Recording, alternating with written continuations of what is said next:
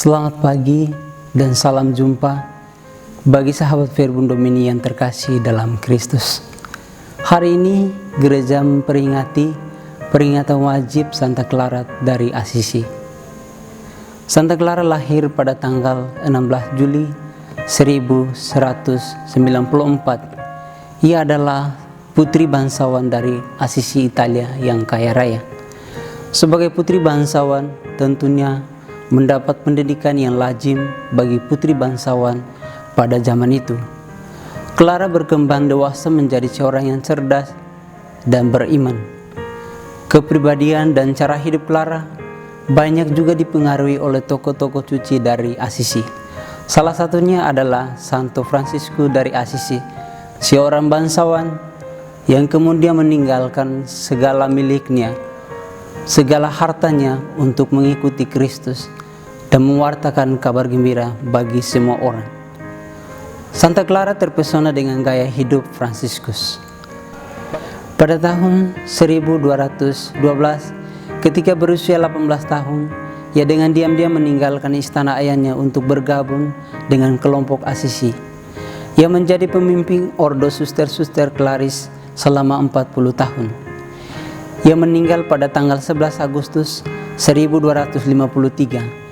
Kemudian dinyatakan menjadi kudus pada tahun 1255 oleh Paus Alexander keempat.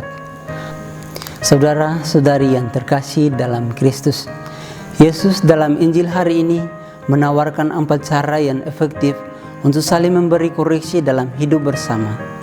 Yang pertama, kalau ada saudara-saudarimu yang berbuat dosa, maka duduklah bersama dan tegurlah dia di bawah 4 mata. Kalau ia mendengarkan teguranmu, maka engkau mendapatnya kembali. Yang kedua, kalau ia tidak mendengarkan teguranmu, panggillah 1 atau 2 orang untuk duduk bersama dan berikan teguran kepadanya. Karena di mana ada 2 atau 3 orang berkumpul, di situ Tuhan hadir.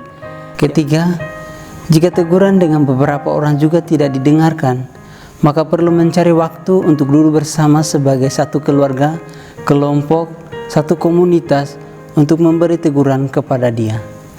Keempat, kalau dengan teguran dalam keluarga, kelompok, komunitas juga tidak didengarkan, maka anggap saja dia sebagai pribadi yang tidak mengenal Allah, sebagai pribadi yang berdosa.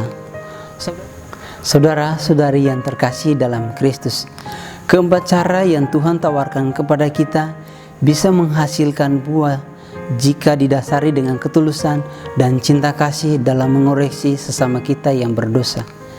Bagaimana saya bisa memberi koreksi dengan tulus dan cinta kasih kepada sesama yang melakukan kesalahan atau dosa yang melawan kehendak Tuhan?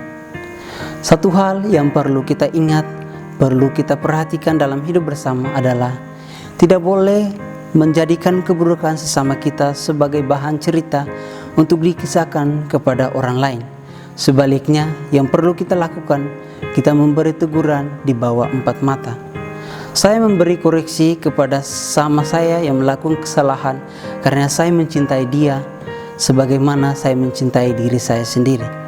Bukan dengan kebencian, bukan dengan kemarahan, bukan juga dengan kepalsuan diri, atau menganggap dia sebagai musuh yang perlu diberi pelajaran.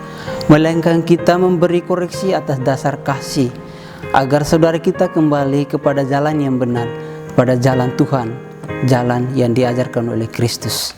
Saudara-saudari yang terkasih dalam Kristus, sebelum mengakhiri renungan ini, saya mengajak para sahabat Verbum Domini yang terkasih untuk menundukkan kepala untuk mendoakan saudara-saudari kita yang berdosa dengan hati terbuka kembali ke jalan yang benar, yakni berjalan di jalan Tuhan.